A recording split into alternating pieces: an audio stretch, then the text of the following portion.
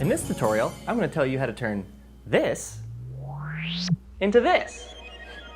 This is a real VHS tape, not a filter. But how is it done, you ask? Well, it's just 2 words. Chinese sweatshops. Kidding!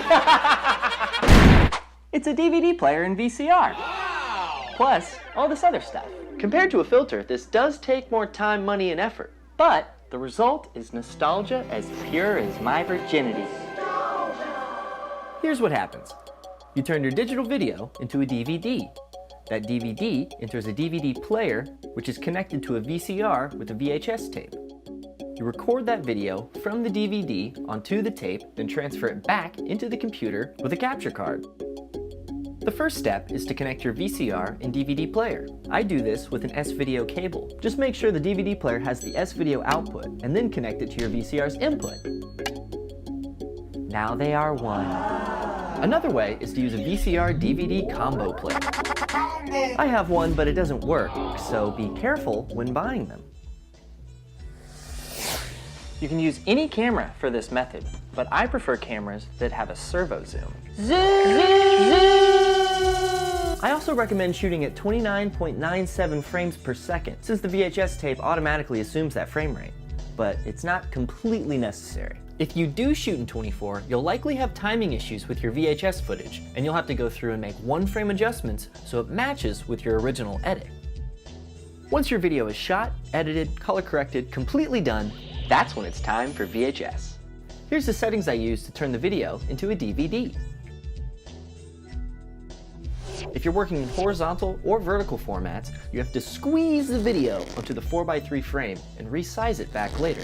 If you don't stretch it, it'll come out like this, and you'll have to scale it up even more, therefore losing quality. No! Once I have the exported file for a DVD, I connect a separate DVD drive into my computer, add the DVD, and burn it with an easy program called Toast. And then when the DVD is toasted, I put it into the DVD player.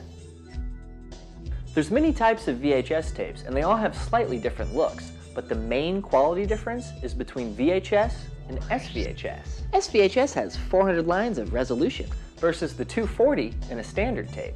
SVHS only works with certain players, but it has a much more subtle look that some people really prefer. Looking good. Here's a better example to see the quality difference.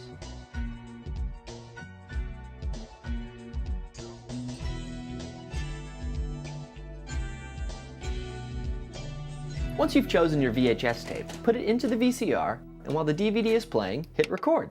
I like to connect a CRT monitor like this to see what's happening. If you find this video helpful, give it a like, buy some merch, donate to the Patreon, anything helps. Also, if you're looking to turn your video into VHS and this is all too much, I offer a service to do it for you.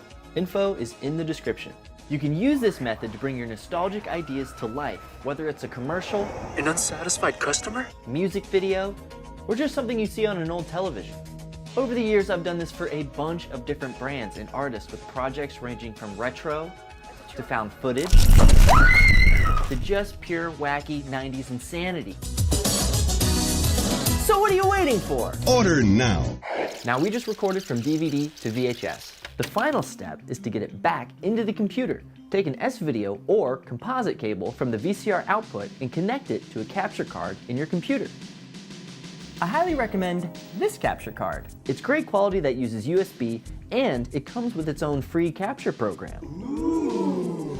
The final task is to hit play on the VCR and record on the program. And voila!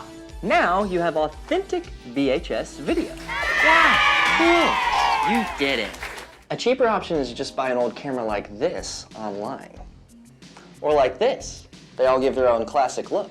Problem with these cameras though is they don't always have the best batteries, so you have to plug them into a wall outlet. Ooh. You'll still need the capture card, and you have to live import all the footage you shot, which means waiting. Opposed to a digital camera, where you just drag and drop a bunch of files into your editing program.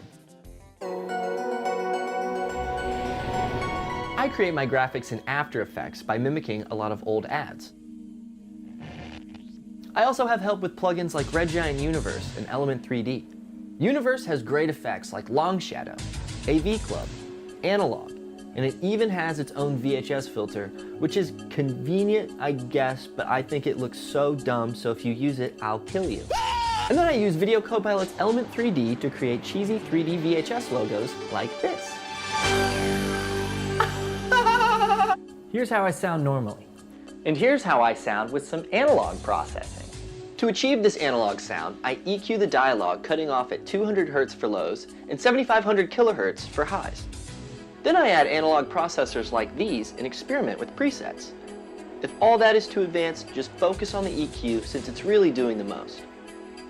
All these elements combined can create an immersive retro experience, much more than any filter. What's shaking? Keep in mind, this is just my method, this is just how I've been doing it for years, and I really enjoy the aesthetics. Say you love making movies! I love making movies! So, by giving this method out, maybe it will inspire you to create something interesting. Maybe you can make that 80s porno with your stepsister that you always wanted to. Dreams can come true. Thanks for watching, and stay tuned. Stay tuned. Stay tuned. Nobody brings it home like HBO in '87. It's the year to watch, and the time to get it is now.